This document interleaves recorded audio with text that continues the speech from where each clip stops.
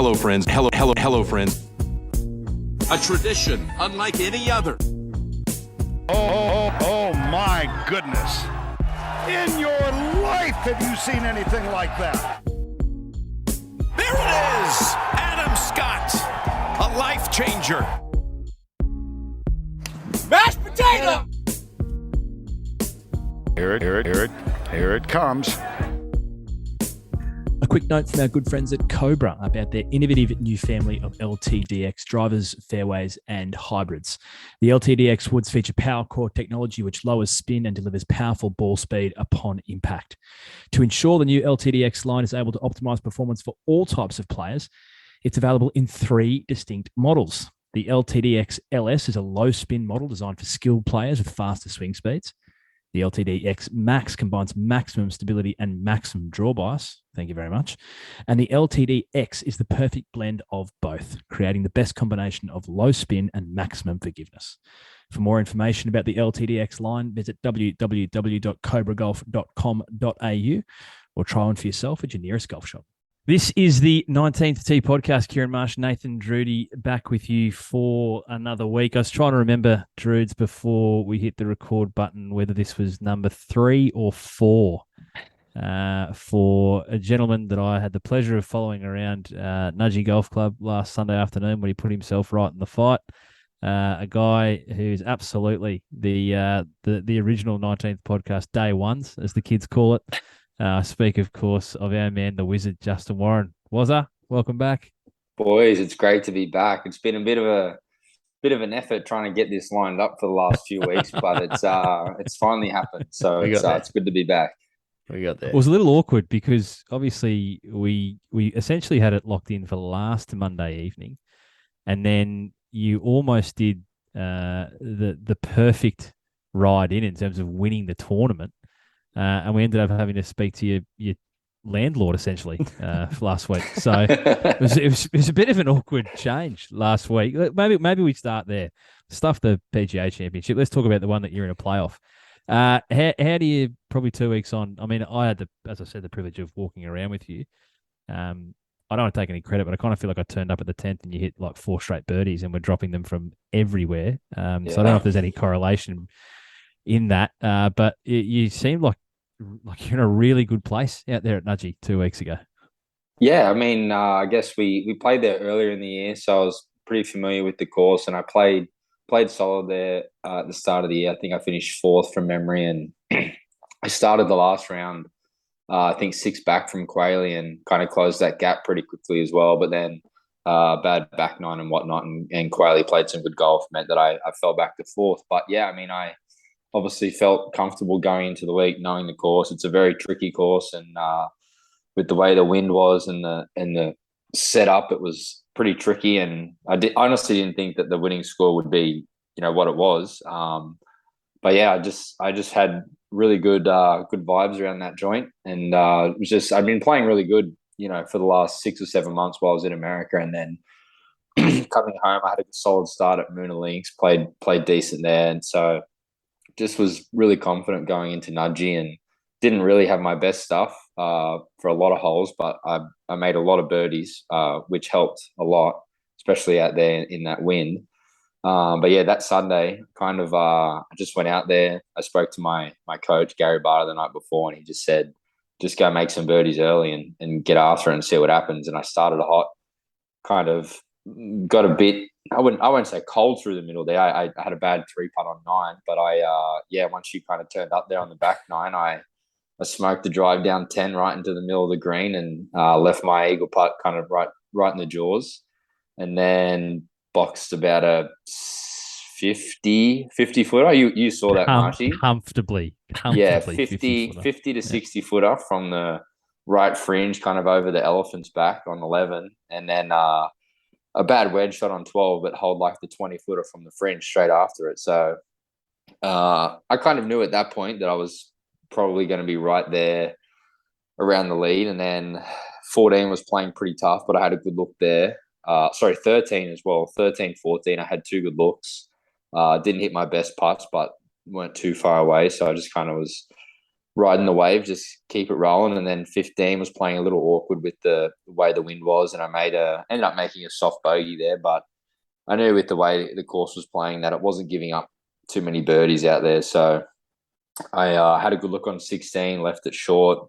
Got really lucky on 17 in the end. There was a bit of a rules, I won't say issue, but I think we might step through that in a minute. That was we went entertaining through a to bit of a watch. process. But anyway, I did make a birdie on 17, and then got to 18, front right pin into the wind. Could kind of see through my Bushnell at the back of the green, the leaderboard, and saw that I was I think I just got to 5. And at that time, I think Jack Carter was at 5 as well. So I knew I was tired. And just with the way the hole was playing, just obviously the one thing you can't do is leave it short in the water. So just kind of gave it a little bit extra and got it on that top shelf. And to that front right pin is an almost impossible, virtually impossible 2-putt. So I made bogey there, got back to 4, and went in, did my scorecard, kind of turned around and walked back down to see Wilco holding a nice kind of 15, 18 footer from the fringe, kind of a big right to left breaker. And at the time, I was like so happy for him because I was like, oh, we got it to 4. I'm at 4. We're going to finish second. That's a good result, whatever. And then about half an hour later, I guess Jack had made a bogey on, might have been 16, and then Wilco was kind of like, yeah, this could be in a playoff. And I was still pretty headless about 3-putting the 18th hole 2 days in a row. Pretty. So yeah, it was a bizarre kind of 30-40 minute period there after I finished a round. But yeah, Marshy was there. It was good to see him out supporting. Man, I want to talk to you about the putting first and foremost, because I think I said to you've walked us through. That was almost Daniel Gale like, by the way, the recall on your back 9. So that was pretty impressive. Yeah. But you walked us through kind of 10, 11, 12. The monster, I think, let's just say 60 foot to round it up on 11, and then the big one on 12. And I think I said to you, have you been putting like this for a while? And I think the quote was verbatim, if I'd putted like this in America, I would have Monday qualified into 15 events. Like, I haven't been putting like this for 6 months. So clear, like something's happened, something's ticked, because the putter was on fire out there at Nudgee. Yeah, that last round, certainly. But I mean, at the PGA this last week gone, I think I had my 4 worst putting days ever in the history of putting. So I don't know. I guess I've always been a bit of a streaky putter, which is not, ideal. Obviously, guys like Cam Smith just putt the dots off it every day. Just God-given talent to just putt well. But yeah, I mean, I had a really good putting round, like the first round, and then round 2 and 3 was pretty average, but round 4 was like pretty amazing, like just hold almost everything. And I was kind of like, damn, if this is what Cameron Smith putts like every single day, it's like, this is fun. But yeah, like America was not good putting wise for me. It was just not holding anything and not really holding those putts that just kind of keep the momentum going in the round, kind of at crucial times when you want to make that 10, 15 footer for birdie, especially in Monday qualifiers, when you kind of 2 or 3 under through, 9 holes, and you kind of know you got to get it going on the back 9, and then you miss those few putts on 10 and 11, and it's like, well, now it's kind of like I'm going home. So I guess on that back 9 on Sunday at Nudgee, I was kind of in that position. I was 3 under through 9 and kind of had a feeling that I was, moving up the leaderboard, but knew that I needed to really kind of light it up on the back to put myself right in the mix, and just kind of went, well, 10 was a pretty lengthy, 30 footer for eagle, but it was a great putt. And then, 11 was massive putt, and then 12 was a solid putt again. So it was kind of, after that, obviously, you saw it too. I missed a really good chance on 13, about a 8 footer, and then about a 12 footer on 14. So it was like, they're 2 putts that if I happen to maybe roll one of those in now, it's, kind of a different ball game again going into those last 4 or 5 holes. But the putting is it needs some work. Can you take us through the playoff? I mean, you so obviously Jack Carter dumps one in the drink, and it's, I mean, even watching it, I was like, I was obviously low key cheering for you and Wilco to get the dub, but when Carter's standing on 18, I'm like, it's probably out of range here, and then all of a sudden it just dips and dives into the water, and then righto, we're on playoffs on. Maybe just take us through what happens from the moment that you know the playoffs on. You and Wilco walking back up 18T. Weird circumstances are that you're staying, at his place anyway. So it's all just a very unique circumstance. Can you maybe just take us through that playoff hole/holes? Yeah. So I guess, we're kind of hitting a few balls on the range, and Jimmy Nichols from the PGA is there, and he's giving us updates on the through the radio. And obviously, we know how hard 18 was playing, so we're just kind of waiting and waiting. But Jack had handled himself like pretty well for a guy who I understand is just a rookie. So we were just kind of hitting balls, thinking, we're not going to be in a playoff anyway. So we were messing around, talking some shit and whatever, and blah blah blah blah. And then next thing, Jimmy's like, Jack put it in the water. So we were like, well, if he gets up and down, it's still going to be a playoff regardless. So we were kind of like, shit, we need to like switch on here. And I was off with the Pixies. I was still swearing and cursing and going off about the 18th hole and my 3-putt. But yeah, so we're just kind of obviously Jack made double. So Jimmy's like, all right, you boys, just 2-way playoff. Just, good luck, have fun. So we start walking up to the clubhouse and hit a couple of putts. And then it's like, all right, let's go. So we start walking down, and there are a few. We happened to walk past like 2 or 3 volunteers who I think one of them I played in the pro-am with maybe the year before or something, or he knew me really well.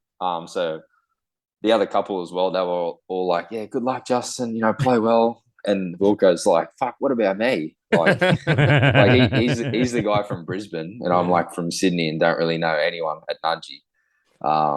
So we're just walking back to the tee, and we were walking together at the start and just kind of like, just talking some shit and whatever. And it was fun. It was pretty relaxed. The next thing I kind of turned around and Wilco wasn't there. He was back with his caddy. So I was like, all right, time to kind of switch on here. So go back to the tee and whatnot and kind of draw the paper out of Swano's hand. And, Wilco, yep, you're up first. And he hits his tee shot kind of on the top of the bunker on the right there, which isn't ideal, but with where the pin was, it was kind of a pretty doable chip. And so I was like, obviously thinking, just get on the green and give yourself a putt. That kind of gives you the upper hand initially. Didn't hit a terrible shot, just kind of pulled it on the wind a little bit, and it stayed on the bottom shelf to that pin. But I kind of knew that where that flag was, like if I'm not in the right spot, it's going to be another impossible 2-putt. So we walk up there, we'll go hit what was a pretty decent chip, but it just stayed up on that top ridge. And then best I could do was about 7 feet, 6-7 feet right of the hole. Wilco missed his putt, so I'm hell nervous over mine. I'm like, well, this is obviously to win. And I had a pretty similar putt in regulation, but I pushed it, and then the wind kind of held it out, so it just didn't break and end up miss like so far right. I was like, wow, that's pretty good. That'll be on camera too. Awesome. But yeah, we kind of didn't really chat much walking up the first playoff hole. There wasn't much chat on the green because obviously we know it's all business. We're trying to win here. We go back to the tee, do the same thing again. Wilco hits a pretty decent shot right next to kind of where I was on the first playoff hole. But I could kind of tell from the tee where it was that he was going to have a good chance at like making the putt versus where I was having to try and doing my best to 2-putt. So I just made a bad swing, probably my worst swing of the day, which is pretty annoying, unfortunate. But yeah, left it in a pretty shit spot, really tough chip, and hit a decent chip. It just didn't carry far enough into the slope, and it hit the down slope, kicked left, and went to like 20 feet. Wilco nearly holed. I thought Wilco's putt was in for sure. Like just sat on the front lip, and obviously now I've got a 20-footer to send it to an extra hole and hit a decent putt. It just didn't break, so it was it sucked. Like in the initial moment, I was like, damn, like you missed that putt on the first playoff hole. It was a shitty feeling, but obviously once we kind of shake hands and have a bit of an embrace on the green there, we kind of know obviously someone had to win, someone had to lose.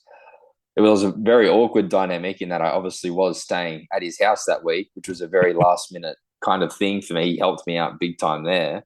But yeah, I just told myself, it was one of those things. Like I said, someone had to win, someone had to lose. Unfortunately, it was me. Obviously, I would have loved to have won. I had my chances. I didn't take them. So it's just a matter of me processing that and congratulating Wilco. And it was a great win for him as well, obviously in Brisbane in front of friends and family and whatnot. So I couldn't be happier for him. It was awesome. He's been through a bit. Like, he's been out there a lot longer than I have. So I'm sure he's had plenty of chances and done similar things in the same position that I was in. So I think it all comes around. Everything happens for a reason, and it was meant to be for him that day. So I was very happy to lose to him in a playoff. So They were talking about when you on the first playoff hole, obviously you mentioned there you hit it. It wasn't super close and you couldn't really even get it close, as you mentioned, because you were putting across the slope, essentially. They were mentioning, wondering if you were going to chip it off the green and over that little swale and try and get it close. Did that enter your mind at all, to chip it off the putting surface?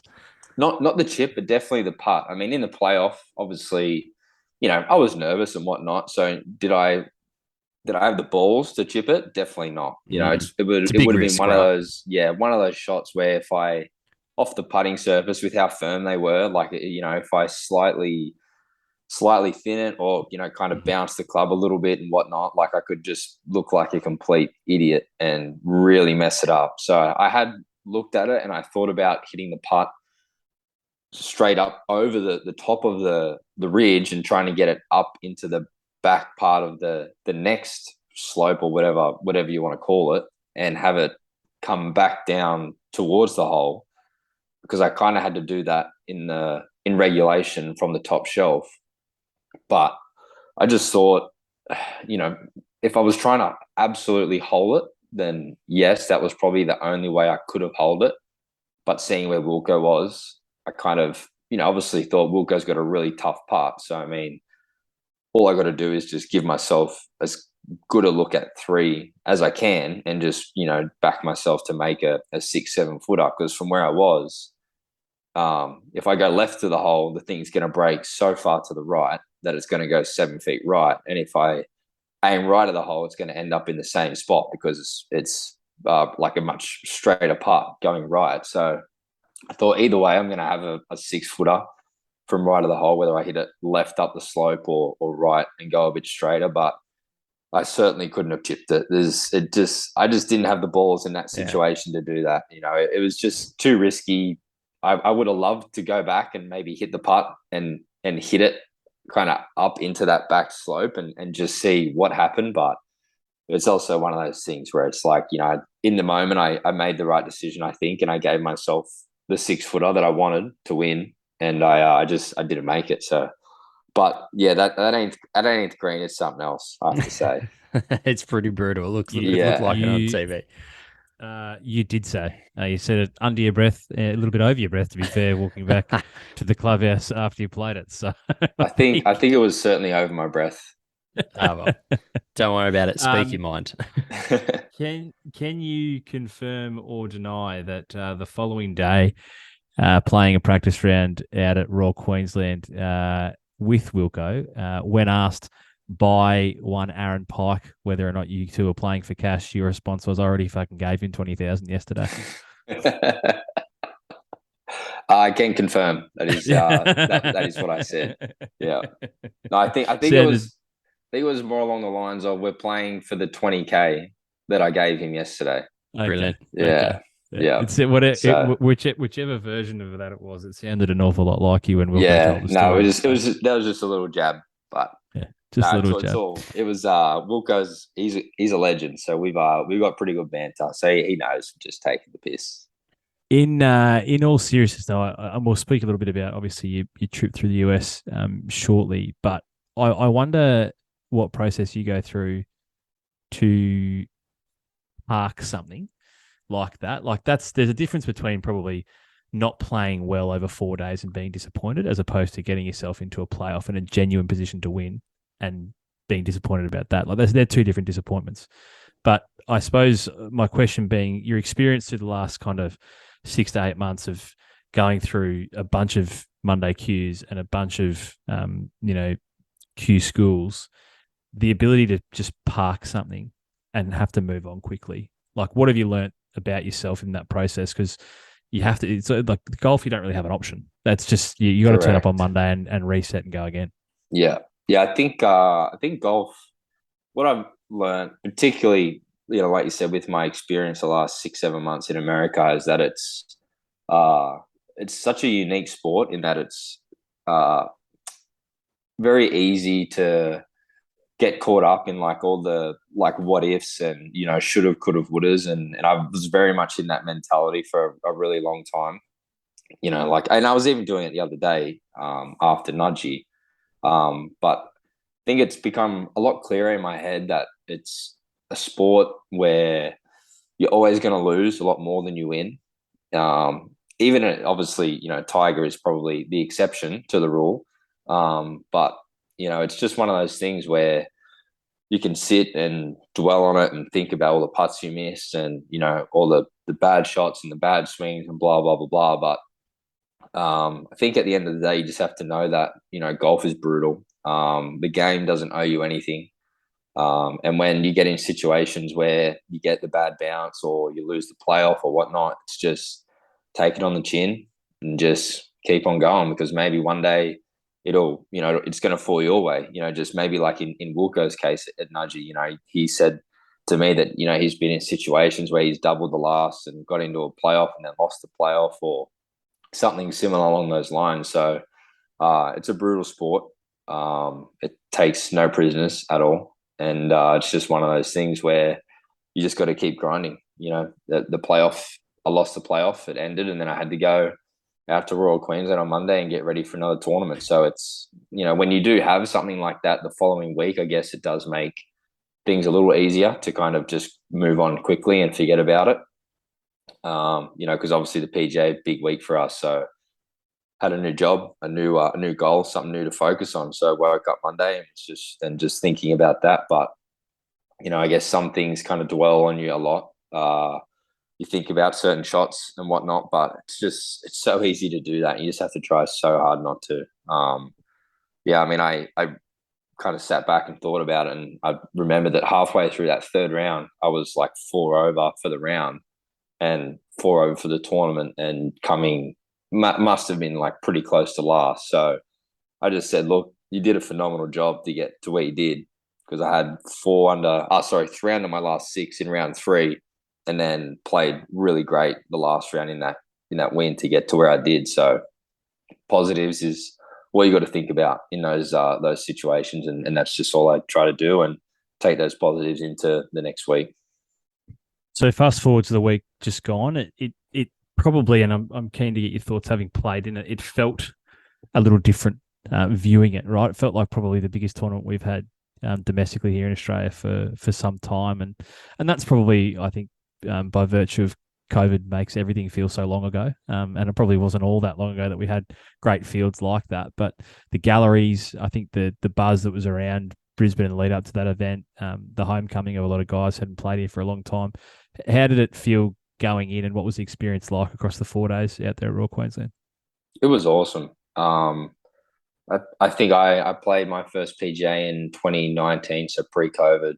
Played an Aussie Open at the Aussie. So in terms of the atmosphere and the crowds, it felt, back to normal again. It felt similar to what it did back in those events for me in 2019. So, you're turning up on the putting green, and, there's Adam Scott and Cam Smith and Leishman and Herbert and Cam Davis and all these guys who are home for the first time in a few years. And, I had a super early tee time on Thursday, first group off the first, and Cam and Scotty and Ryan Fox were the first group off the other tee, and at 6 a.m. there had to have been already maybe 1,000, 2,000 people out walking the course, like following those guys. So it was just so awesome to see. That 17th hole was like another level up this year from when we played it earlier in the year. So the atmosphere, it was awesome. The crowds were great. The golf course was firm and fast. It was set up tough, but it was good. It all felt like a proper proper tournament, which makes me, I'm sure it makes a lot of other guys like excited. You know, you turn up and you drive through the gate, and it makes you want to play. Like you're ready, you're much more excited to get up, and go and compete when that's the kind of vibe that you're turning up to. It's good for us. It's good for the spectators. It's good for golf. It's good for everyone. It was just so awesome to be a part of it for the first, big event for us post COVID now. Round 3 seemed like it would have been a lot of fun to follow you guys around. Thompson, Endicott, and Warren. That does seem like a fun group that I would have liked to have been a fly on the wall for maybe some of the conversations at sea. I reckon that would have been a pretty fun group to walk around with. No disrespect to any of your other playing partners across the other 3 days, but that sounds like it would have been a good one. Three friends of this show and 3 previous guests. Was it a bit of fun? Maybe round 3. Yeah, it was. I've been paired with Tomo the last 3 events now in round 3, all 3 times. So I obviously am friends with him, and we didn't really know each other too well. But yeah, we played together the last few events, so I got to know Tomo pretty well. He's a legend, good player too. And then Harrow, he and I have played pennant golf together back in the day and amateur golf, and we've played a few matches in Aussie Ams and stuff, and we played interstate series together, and he and I traveled to Malaysia together in 2015 for a couple of weeks. So he and I have known each other a long time, and when I spent some time in America this year, I was based in Scottsdale, and that's where he is too. So we kind of bumped into each other here and there at saw him in Nashville, and then we bumped into each other at TPC Scottsdale there a few times and played a little bit together. So he and I a bit more catching up and stuff. But yeah, it was a pretty, in terms of the actual conversations though, we didn't really get into too much. It was kind of a pretty serious day. Like I got off to a terrible start, so I was in a bit of a mood from the first hole. Yes. And What? so we were grinding. We were all grinding all day. So there wasn't too much chatter, unfortunately. We were looking at some stats before. The course in total played 1.9 shots over par, and the disparity between the front 9, which played over a shot under par, and the back 9, which played nearly 3 shots over par. Did it feel that way out there?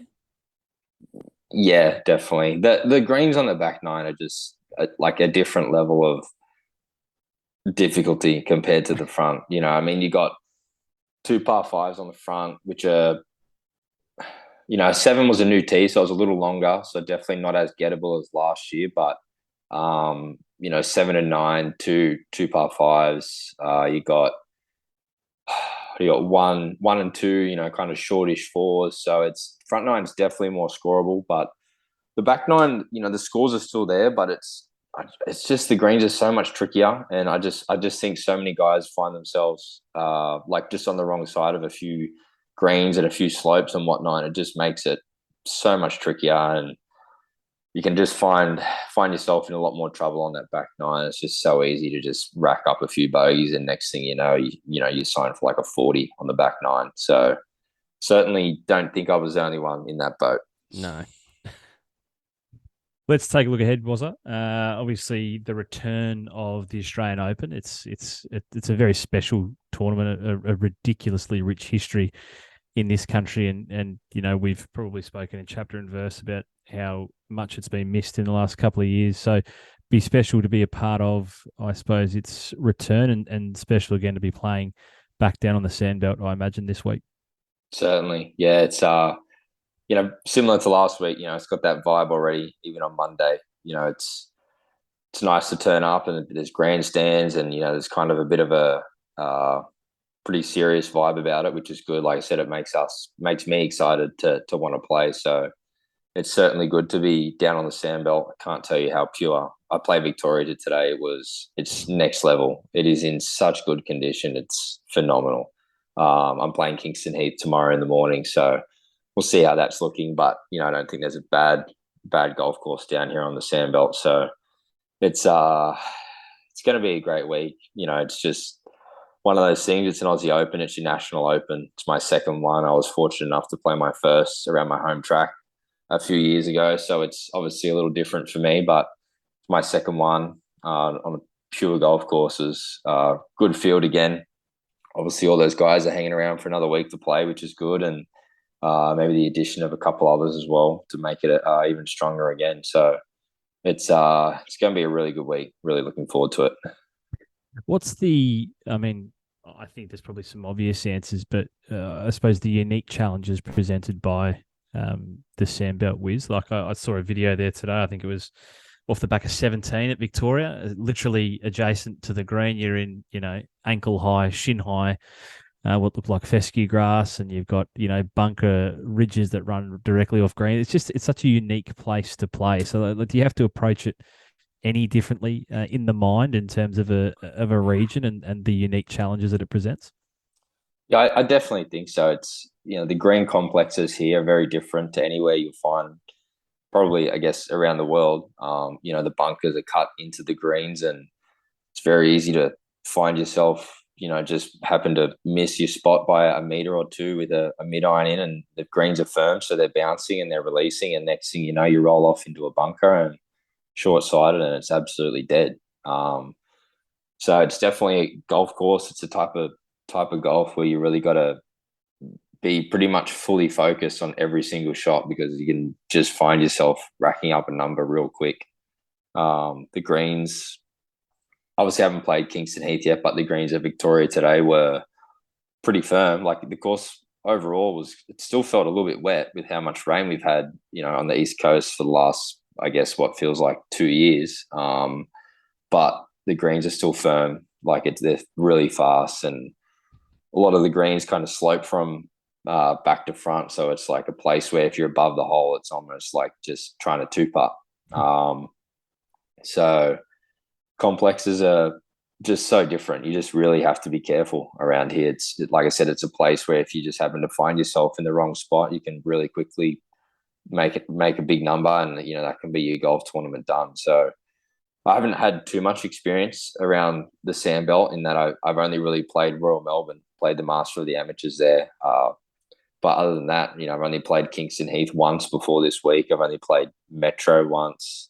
Hadn't played Victoria until a couple of weeks ago. I went and played there after Moona Links. But I don't really have much experience, and I remember at the Aussie in Sydney, which is nowhere near like any kind of golf down here on the Sandbelt. So it's a bit unfamiliar to me, but it's certainly golf that, we all have experienced it. So you kind of know what you're expecting, but an Aussie Open, you just don't really know how firm or fast these greens are going to get come, maybe Friday, Saturday, or even Sunday. So it's just going to be one of those things, just turn up on the day and just do your best, really.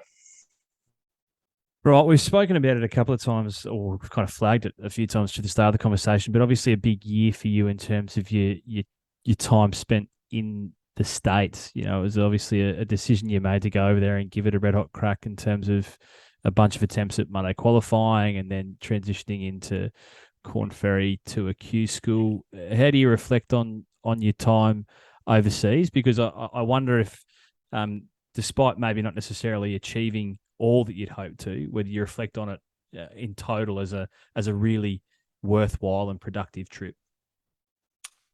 I think the experience I had and what I went through the last 6-7 months when I was in America is like just such valuable experience that I wouldn't change it for the world. It was expensive. I think I literally came back with almost $0 in my bank account if it wasn't for my mum and dad and some sponsors from the Aussie. But it was next level experience. The travel was a lot. I probably, if I had my time over, the only thing I would do is maybe play a little less because it was grueling. But the experience that you get from the Mondays and the mini tour events and the state opens over there, it's second to none. I can't get that anywhere else. Obviously, playing here in Australia is great. The Aussie tour events, especially these last week and this week, are phenomenal golf courses and competition. But in terms of, for me personally, like obviously I want to play in America. I think that's where my game is most suited to. So being out there playing all the Mondays that I did, it just really toughened you up. You just learn to make birdies, just get after it and just go, which is where I think this is why the Americans are just so good at golf, because they just grow up doing these qualifiers and doing Q schools and whatnot. And they just learn to go so deep so quickly at such a young age, so that when they do get into college and when they do get out of college, like they're just ready to go. So even though I did go to college, I kind of wasn't quite at that level yet. But the last 6-7 months, I kind of just learned just really how to just step up and just try and play and just make birdies. The mini tours are brutal out there, that you just cannot make money unless you win. And winning is, playing 54 holes and shooting 25 under to get it done. So I had a few good results in some of them. And, I finished third in this one in Colorado. Shot 18 under for 3 rounds, and I think my net profit for the week was $900. So in terms of making money, if you want to do the Mondays and do the mini tours, that's not what they're for. You're not doing those to make money. But just the grind, the experience, it was just phenomenal for my development. I came back a much, I think, stronger, more resilient, tougher competitor. And I think that has showed in the last 3 weeks. Obviously, last week at the PGA, I didn't have my best stuff. Like I said, it was probably my worst putting week ever. But I've kind of learned to just kind of score a lot better and just get it around, even if it's your B game or your C game that week. You just learn to just find a way, just get it in the hole, and it's just something that the mini tours and that's what they provide. And like I said, it was brutal. It was expensive, but I'd do it all again in a heartbeat. The Barracuda, tell us about that. Obviously, a miscut is the result, but must have been a phenomenal experience playing in a PGA Tour co-sanctioned European DP World, whatever the hell the name is these days. Must have been a phenomenal experience nonetheless. It was, yeah. I mean, if I could only complain about one thing, and that it was opposite the British Open, which kind of gave it a little bit less of a, a feeling. It didn't really feel like a big tour event, but nonetheless, it was still a PGA Tour event. It was, co-sanctioned with DP World or whatever it is with that strategic alliance. But yeah, it was phenomenal. It was such a great experience. I mean, golf course was pure on Lake Tahoe there. You still get treated amazing.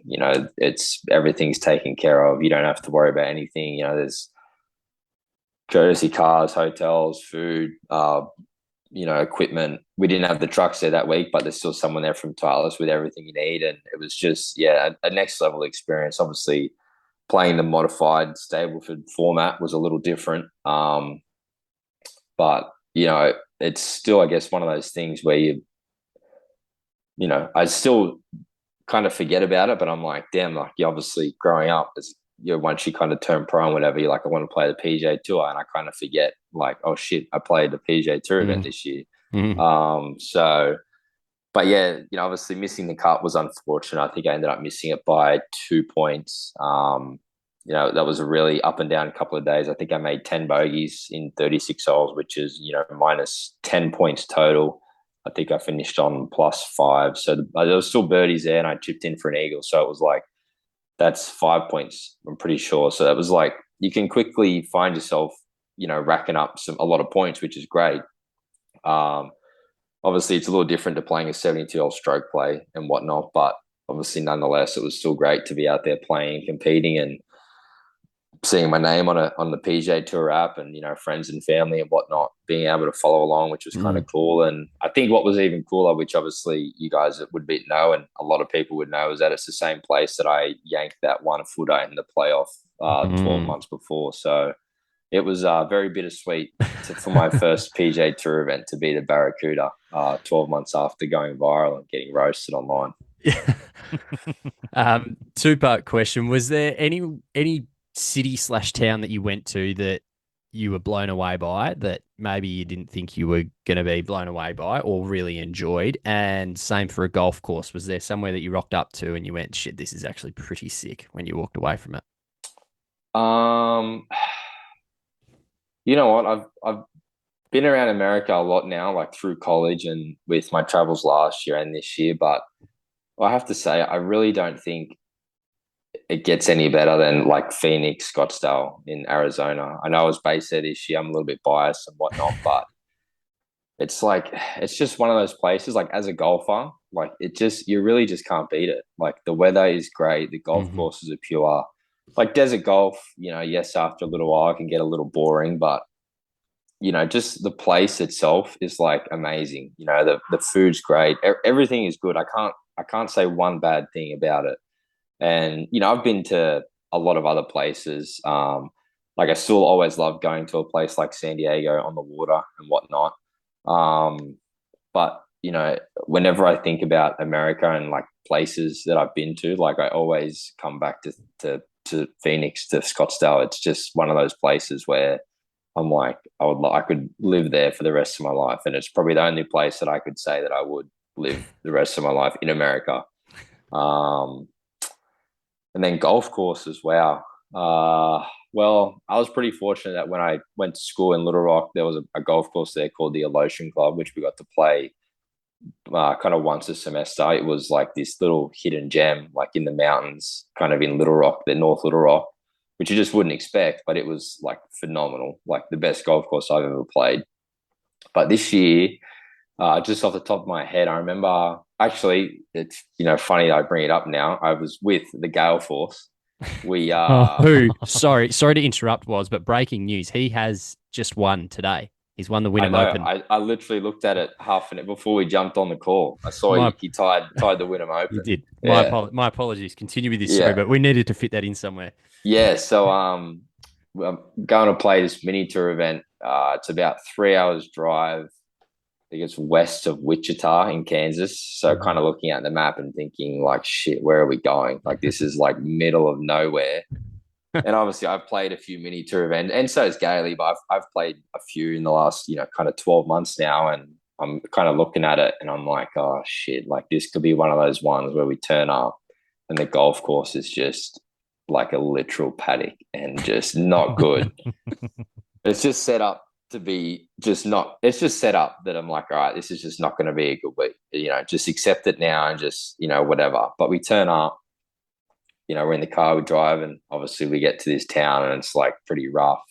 No, I shouldn't say rough, but there's really not much happening. I can't remember the name of the town, but we had a host family, everything was great, whatever. But we get to this golf course and I'm like, holy shit, like this is pretty pure. It's called Buffalo Dunes. And like it was in like amazing condition and just this golf course in the middle of nowhere that I was like, wow, like I was really, really impressed. It looks very nice. Yeah, it is. It's kind of got like the long fescue rough, and the greens are tricky from memory, but fair, but like in great shape. Like the course was in awesome condition. There was a couple of, funky little holes, funky tee shots, but for the most part, it was like a really, really pleasant surprise. And it was just one of those places that I wouldn't necessarily recommend, that you go and play. But if it was a golf course that was, kind of in a city somewhere that you would go and visit, I'd be like, go and play that golf course because it is fun and it's good. Right. Jesus. I had a next natural question, but the mere mention of the Gale Force probably provides a bit of a segue. How was your window of time spent with young Daniel in the land of the home of the brave and land of the free? Because he just the more that I you might not have seen this, but when we had Wilco on last week, it literally was like an hour or two before Wilco came on. Gailey has popped up on Twitter for the first time in like ages. The guy is on Twitter but doesn't tweet, which those people I find strange in and of themselves. Yeah, Wilco told me about this. Yeah. Yeah, but he's popped the OWGR about the fact that Wilco's been dubbed on points for winning the quiz, and he's tagged the OWGR, but he hasn't tagged Wilco. The guy is an enigma. He's an absolute enigma. He's something else, isn't he? No, Gailey's good. I love Gailey. He's we love him. Like yeah, we yeah. couldn't love him No, anymore. no, It's just yeah, yeah. I can't. The more I get to know him, the less I know him. If that makes sense. It's Yeah, truly yeah. strange. No, we had a good time. It was I kind of we traveled together that week, and then we bumped into each other like at a few. He was doing some Monday qualifiers and stuff as well, so I saw him around and stuff. But Yeah, I enjoy traveling with Gailey because we both work pretty hard. Like I would probably definitely hands down say he works harder than I do. But in terms of when we're kind of working out our days, like we kind of want to do the same things in terms of wake up at this time, go to the golf course, go to the gym, whatever. So Gailey and I always get along real well when we travel, and we've known each other for a long time as well through the junior golf and the amateur golf and whatnot. So we whenever I kind of saw his name there, we would always kind of get in touch and figure out what we're doing for accommodation and stuff because he is a good guy to travel with. But yeah, he's good fun too. Speaking of fun, to borrow a cricket parlance, how was the circuit? Because goodness me, some of the content, some of the photos of you off the course, enjoying yourself, the nightlife in and around the states. Well, you weren't going to bed at 8 o'clock every night. Put it that way. Look, I know we got to keep it what PG rated on this show. Look, there is an explicit rating. I think probably we just keep it, mate, not too blue, not too blue. Look, it's I think it's one of those things where with the lifestyle and what we do, it's like pretty stressful. And when you have a bit of time off, it's great to blow some steam and go have a bit of fun. But yeah, one of the reasons why I do love Scottsdale so much is it is a pretty cool place to hang out on a Friday and Saturday night. So I guess the Instagram, got a bit of a run, kind of putting a bit of content out there, kind of fishing around, seeing what's happening. But yeah, no, it was it's always good, especially when you get a good group of guys, and it's always good to kind of go and have a beer and have some dinner and hang out and have a bit of fun every now and then. And I imagine the rogue Australian accent probably doesn't hurt when you're just out there saying hello to a few local Scottsdale ladies, just a bit of how's it going? Just really turn it up a little bit. Yeah, we kind of cranked it up just a notch.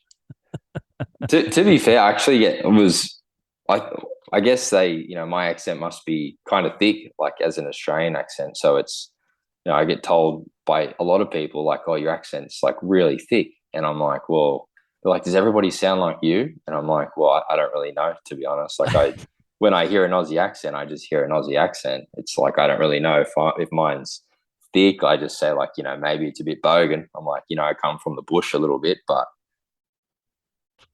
mate, the wardrobe looks like it's got a bit of a change as well while you're in the States.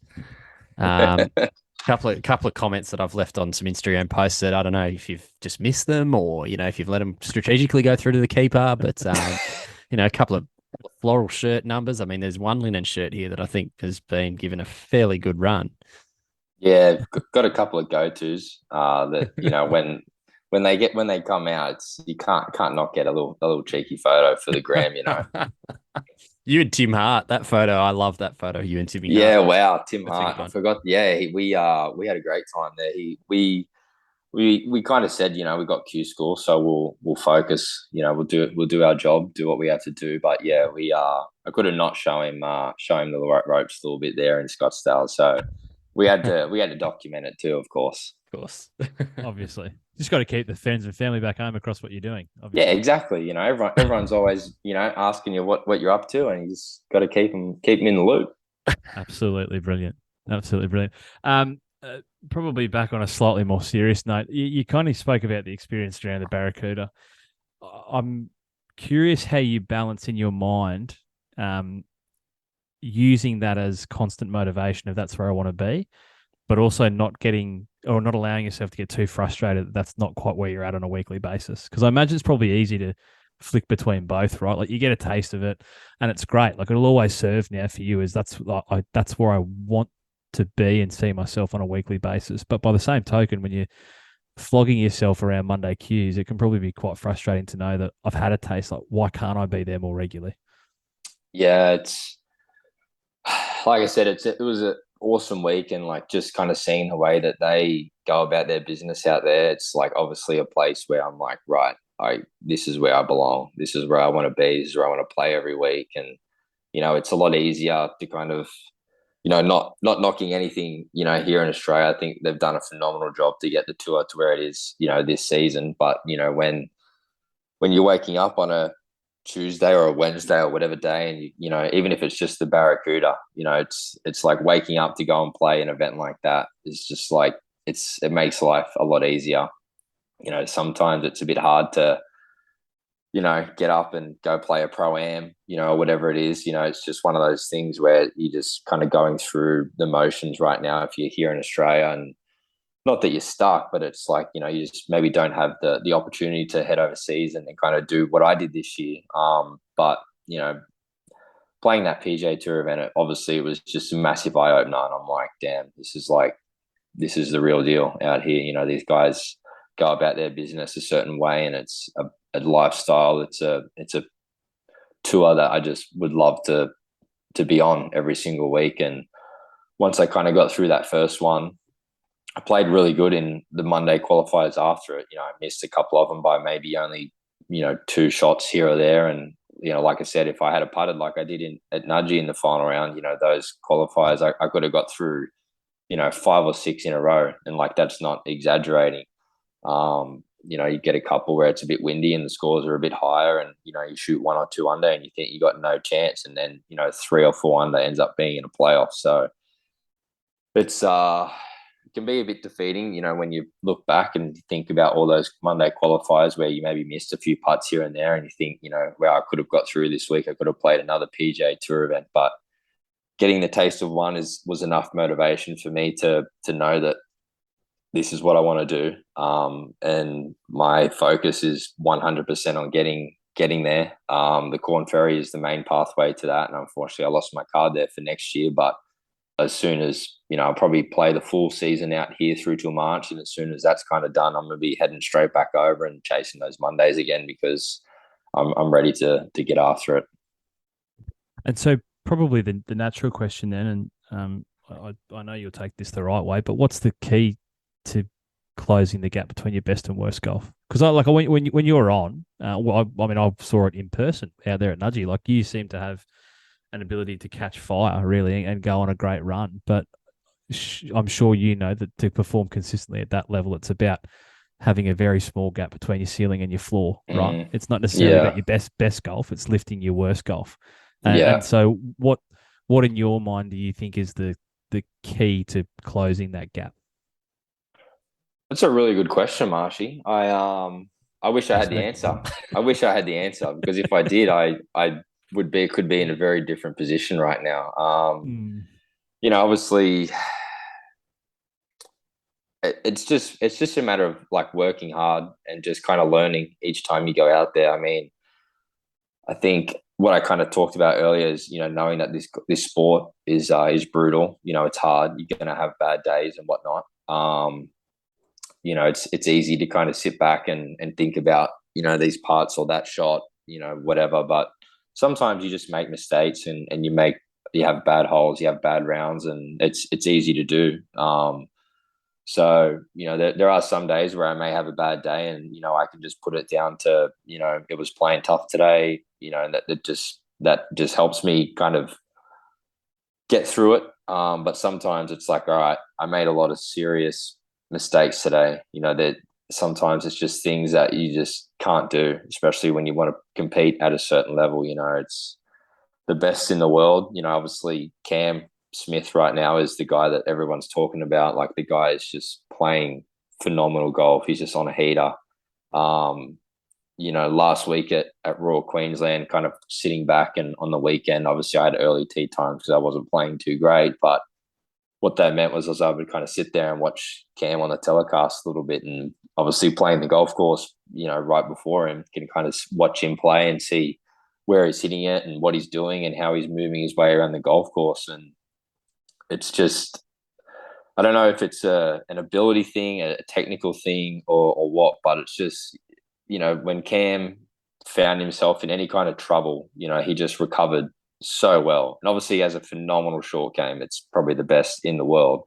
So he has another kind of another level of what will I say? He has another gear in that, he might have a bad day, bad ball striking, and the guy's short game is just gets him out of a hole, and he just manages to shoot great scores all the time, regardless of how he hits it, whatever he does. So for me, I think it's just a matter of, the ball striking's there. It's just a matter of getting the short game to another level. It's as simple as that. Guys like Cam, the guys at the top, like they just scramble so well, and I just don't think that I do. So I think for me personally, to get to that next level, it's just going to be a matter of working really hard on the short game, the pitching, the chipping, the putting, and just taking that to a level where, it can save me on those days and, keep those rounds, instead of being 74s and 75s, it keeps them to a 70 or a 71. So definitely have the ability, like you said, Marshy, I kind of have this, I guess, gear that, when I do switch it on, which I don't know when it happens, it just kind of, just clicks for a few holes there. But it's, it can be kind of scary, how good it is, but it's also at the opposite end of that, it's kind of scary how bad I can be at times too. So I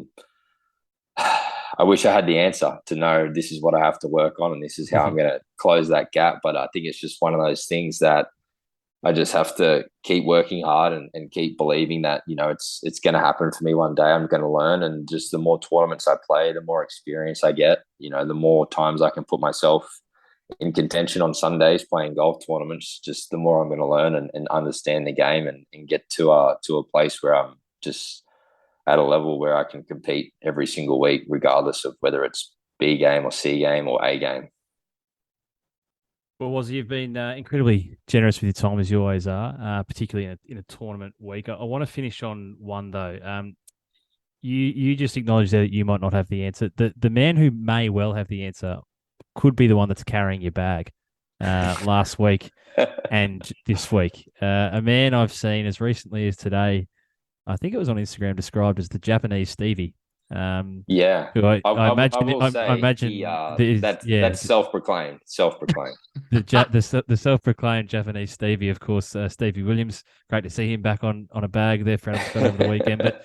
But speak, of course, of your traditional Australian looper, Ricky Kato, who could well be the biggest white whale of this podcast. We are looking to harpoon the great man at some stage, and I'm sure it's going to be a great chat. But I just want you to give our listeners a bit of a snapshot of the man who carries your bag, because I think I was first kind of exposed to Kato 12 months ago, walking around following you at the PGA, and I've become quite enamored with the man ever since, to the point at which the WhatsApp group that the three of us share is actually entitled the Ricky Kato Fan Club. So tell us a little bit about the Japanese Stevie, if you don't mind. Yeah, so Stevie and we met, I guess probably, what is it now, 20, maybe 10 years ago when I first joined the Aussie. At that time, like, he was still one of the best amateurs probably in the world. I would have chipping comps with him at the Aussie, could never, ever beat him. We would play, could never, ever take his money. And then as time went on, I guess things happened and whatnot, and he's not really playing much anymore. But yeah, we've always been really good friends, get along really well. And it was just one of those things that when I was like looking for a caddy, I was like, I wonder what Kato's doing. I wonder if he'll want to come caddy. But yeah, the guy's, he's one of the best blokes I know. He's hilarious. He's so funny. And it's not too often you turn up to tournaments and your caddy knows more players at the event than you do. Because he's kind of, we're very similar age, and there's a lot of guys out there obviously playing that are my age that he grew up playing a lot of amateur golf with. So he's saying hello to almost everybody on the putting green, on the range and whatnot. So it's pretty funny. It's a good dynamic. But yeah, we just get along so well. We just have such a laugh on the golf course, and he kind of tries to keep me a bit level-headed, because I can get a little heated at times. But yeah, he's a legend. He's a very rare human. Loves a glass or a bottle of wine. Loves a schooner or two. But yeah, he's very unique, very special, and he's a really good friend. So I love having him here on the bag, especially last week and this week. He's taken a bit of time off work to come and do that for me. So it's last week was fun regardless of the golf, and this week will be a lot of fun too. Well, it's good. I think you've given an appropriate snapshot of the man, and also like barely scratched the surface in a throwaway line describing him as one of the best amateurs in the world, because the story is actually remarkable. No, it is. Yeah, I don't even know the full story. It's one of those things where it's like I played against him a little bit, so I kind of know firsthand how good he is at golf. But yeah, it's one of those things where you just don't fully understand. I don't think not many people do how good he really is. I mean, he's still got game. He won a pro-am the other day in Sydney. He won't tell you. He's too humble to tell you, but he's got game, and he had a lot of game when he was like right in his prime, and it's scary. And his development, I guess, as a kid and whatnot was like next level, and the guy was a freak, and everybody will tell you the same thing. Well, it is a story that will be told on the 19th. I'm going to will it into existence. It is a story that will be told on the 19th podcast. I'll pull some strings. He's got some, far more important things to concentrate on than talking to two idiots on a podcast in the next 2 weeks, and that's carrying your bag. But obviously, when you piss off back overseas and he's just back doing the Monday to Friday, I think we're going to have to tell the Ricky Cato story, because it's a phenomenal chat. It is. Yeah, he'll give you some laughs. The stories that he has, I'm sure, will change everything. Wiz, it's been a pleasure, mate. It always is. As we said right at the very beginning, you're a day one of this podcast. We're very proud parents when we see you traveling the world, achieving great things. It's always a pleasure to watch you come home and do the same, mate. And we're very, I think, Druids, I speak on behalf of both of us, very grateful for the friendship, for the memories, mate, and all that's to come. So thanks again for your time, as always, my friend, and best of luck this week and for the remainder of the summer. And fingers crossed we can have you back on a Monday night as a winner sometime in the next couple of months. Wow, that'd be awesome. Yeah, it's a pleasure, boys. It's always good to speak to you guys. I've got a lot of time for you guys, so I'm always here if you need someone to jump in. But yeah, it's been good chatting. Sorry, I went off on a bit of a gale force tangent there, but no, it's been good. It's been a few weeks in the making, but I'm glad we did it. It's been a great chat. Always a pleasure. And like I said, got a lot of time for you boys. Love what you guys do. So always here.